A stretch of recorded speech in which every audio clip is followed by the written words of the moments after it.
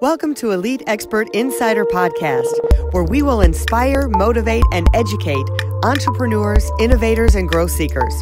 Brought to you by Elite Online Publishing, making the best and brightest in the industry #1 best-selling authors. 80% of people say they want to write a book. We're assuming that's the same for you. If so, contact us at www.eliteonlinepublishing.com and make your book a reality. Hi, everyone. It's Melanie Johnson. We're here for another great show, and I've got my business partner with me, Jen Foster. Hey, Jen, how are you doing today? Doing great. Thanks. All right. Well, you know what? I don't know about you, but in your business, do you feel like it's the ugly stepchild sometimes? I just did a speech on this recently about branding your company and your messaging. And we have an expert on today, Scott Brown, who is going to talk about cleaning your message up and how to get the right message to your customers so they will want to buy your product or service. So I am really with my notes. I've got my notepad here. I'm going to be taking notes about what he is saying. And I just want to say, first of all, make sure you subscribe to our podcast because we always have super, super great content. So hit that subscribe button and also leave us a review. We would love to hear from you. Our podcast has been trending. We even beat out Damon John, from Shark Tank. So we thought that was pretty cool. All right, let's dive into it. Scott Brown, author, advisor. He's been in helping startups. He's been CEOs of companies, and he also spent $2.5 million on a terrible ad on the Super Bowl, which we're going to hear about that too. So he didn't know I was going to bring that up, but I am bringing that up. So Scott, welcome to the show. Thanks for coming. Melanie, Jen, great to see you. Thanks so much for having me on. I don't know why everybody wants to talk about this Super Bowl ad. It kills me. Well, there you go. You know, it's not often that someone wants to tout their failure. Like that's in your resume. Like, hey, I really screwed up. I spent $2.5 million on the worst ad ever at the Super Bowl. Now, hold on. It's not the worst. It's the 21st worst. There you go. Yeah. So I'm on a list, but it's not the worst. So it's not the worst. You're not number one. I'm not number one.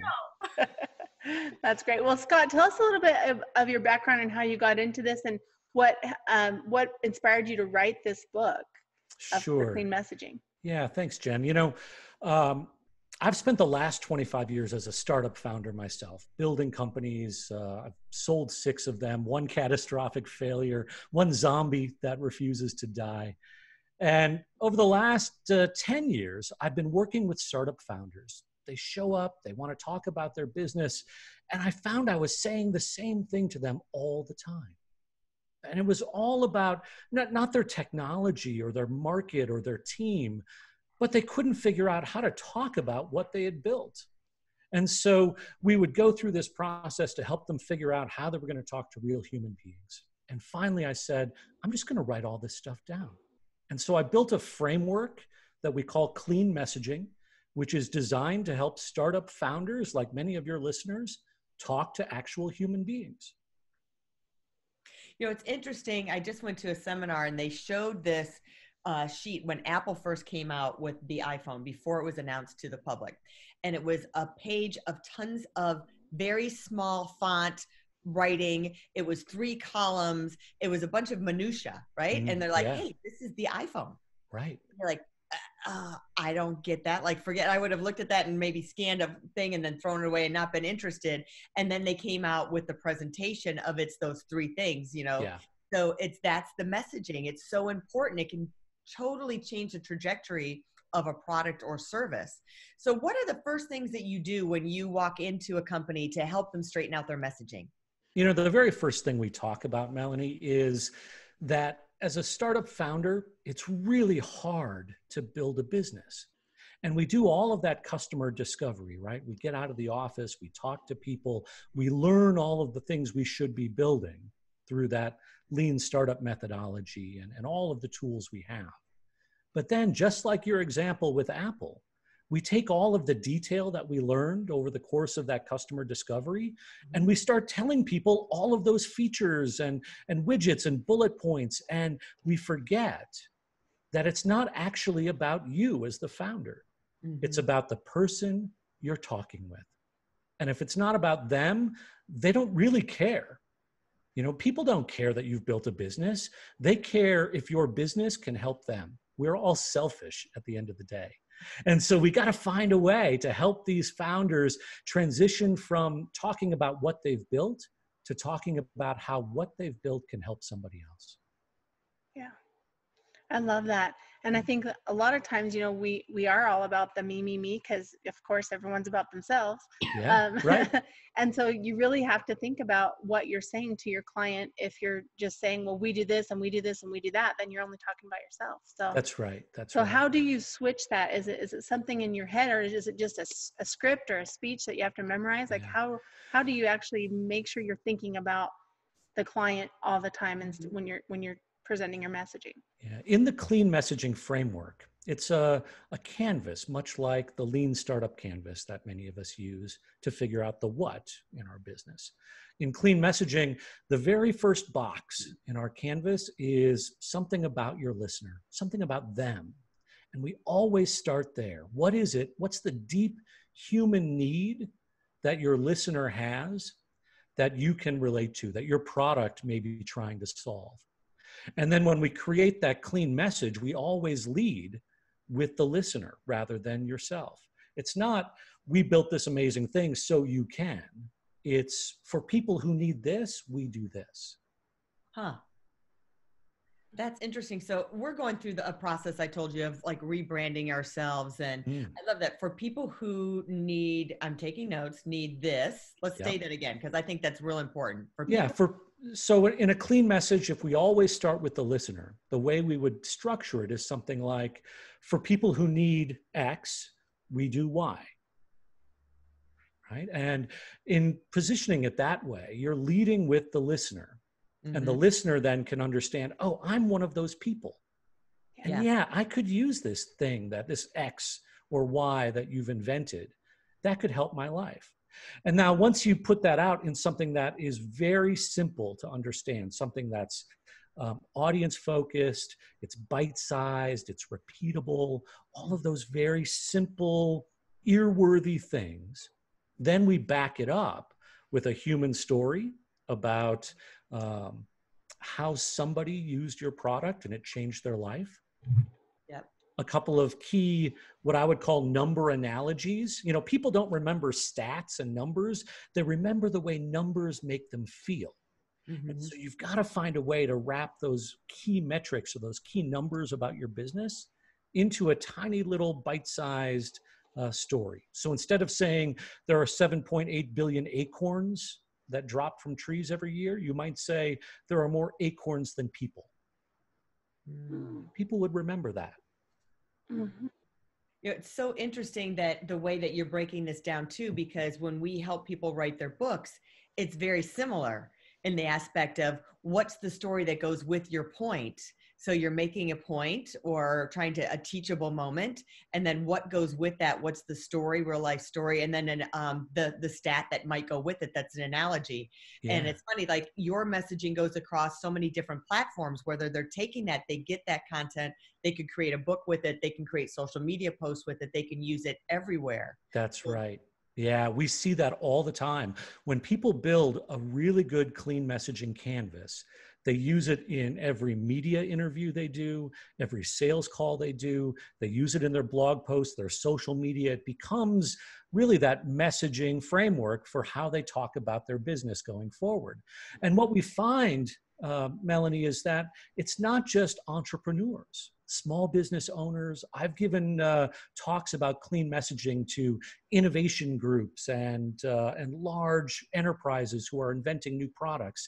I've even done it for local governments who are trying to find a way to talk about the exciting projects they're working on to their constituents. Yeah, that's, oh, hey, bye. We had to pop in.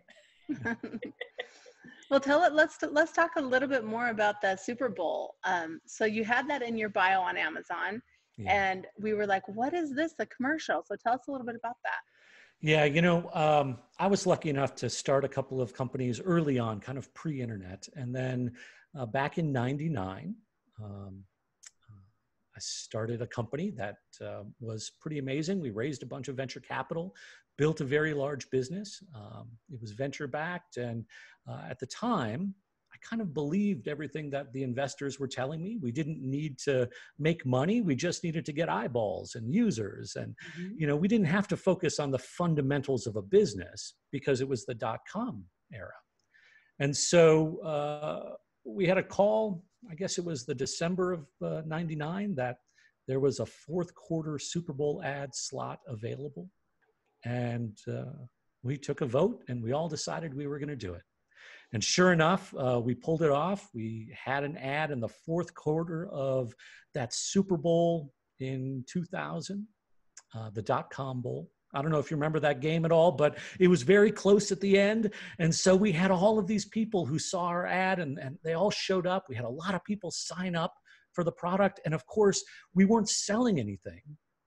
And so 3 months later, we had to shut the company down. We ran out of money and almost 150 people that we had to let go on a Friday. So pretty painful. But, it is an interesting story and you learn a lot more from the failure than you often do the success. Right. Right. So what would be the number one thing that you learned from that? Oh, there are so many lessons, but I think for me, the thing that I remember every single day is that building a startup, building a business, it's pretty easy. It's like a lemonade stand, right? Create something that people want, sell it for more than it costs to make, and then do that over and over again. That's all there is to it. The challenge is that if you forget one of those pieces, building it, selling it, more than it costs to make, everything falls apart. And so, that's really the core for me. The lesson I got, and many of the lessons are all about how do you refocus on the fundamentals of building a real company and don't get caught up in the fame and fortune and glamour of being an entrepreneur. It's kind of sexy to be a startup founder now. I say that being an old gray-haired dude, but it's kind of a cool thing, and people can get too wrapped up in the fashion of it all and forget that we can actually have an impact on the world and build an amazing business at the same time. And I think the other thing you got to keep in mind is there, a need for your product? Do you have an audience for your product? Yeah. And what the competition is in there? My background is television. I owned a couple TV stations, and in the day, I have gray hair under this brown hair too.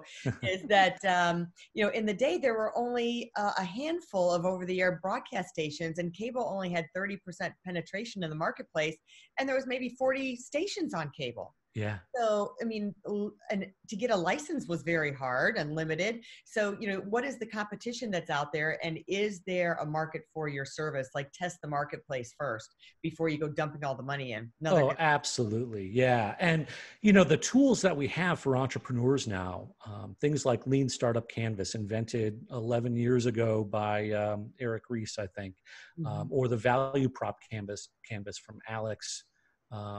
Amazing stuff to help you figure out what to build and who to build it for. And those tools have been there now for 10, 11 years. And yet 90% of startups continue to fail. And when we do the studies and look back at it, there's a great company called CB Insights that talked to all of these failed startups.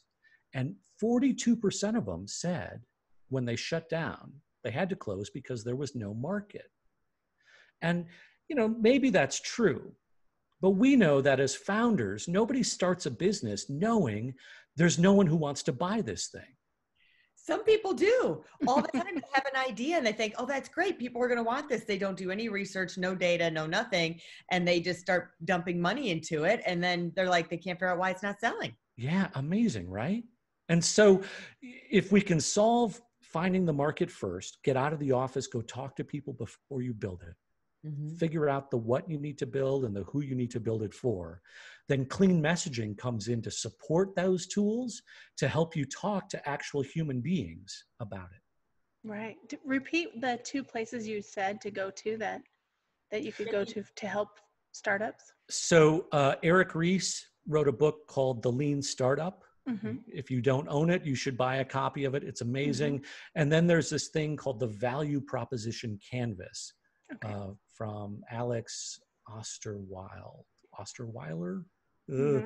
We'll put it in the show notes. Maybe Yeah. I'll figure out how to spell Yes. his last That name. sounds good. We'll put it in the But show notes. Alex is amazing. And those tools are what to build, who to build it, and then clean messaging comes in, how to talk about it.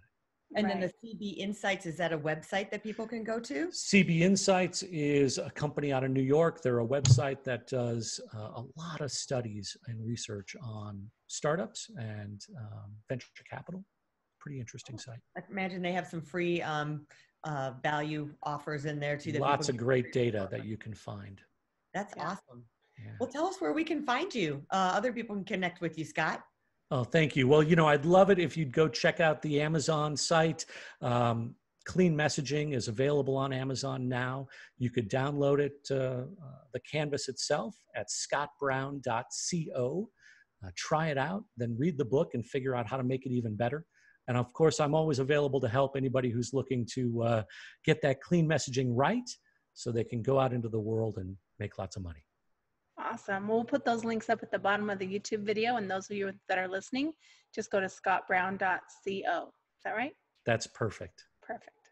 Thanks for joining us. So remember to join us next time. And also, Jen and I have an awesome Goals Daily Planner that's out. So if you type into Amazon Goals Daily Planner Elite, it'll pop up. It's been a #1 bestseller. If you want to be more productive and have your goals set, go pick that up. It's right now, it's on special for just $10. So that's not going to last long. We're going to up the price real soon. So go and grab that, get a couple for your friends. Terrific gifts for the holidays or for birthdays. So remember to subscribe to our podcast. And if you're looking to become a #1 best-selling author and use your book as an advertising tool, reach out to us at eliteonlinepublishing.com, and we'll see you next time. Bye. Thanks, everyone.